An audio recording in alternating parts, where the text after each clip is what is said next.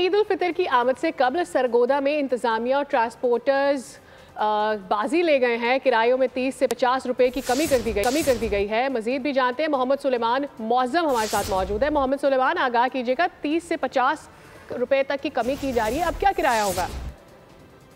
आमद है और ईद की आमद में चंद रोज बाकी रह गए हैं।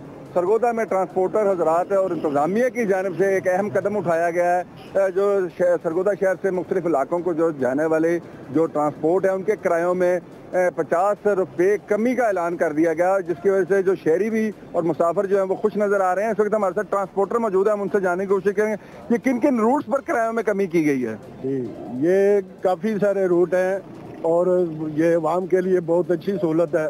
रोज़ों में ट्रांसपोर्टरों को मैं सलाम पेश करता हूँ कि उन्होंने अवाम के लिए बहुत अच्छा सोचा है और ये रोज़े में होना चाहिए था। अवाम बहुत खुश है, जो अपने मुसाफिर हैं अपनी तरफ जा रहे हैं। बहुत शुक्रिया मोहम्मद सुलेमान मौज़म, डिटेल्स दी आपने। सब्सक्राइब करें और बेल दबाएं ताकि कोई खबर रह न जाए।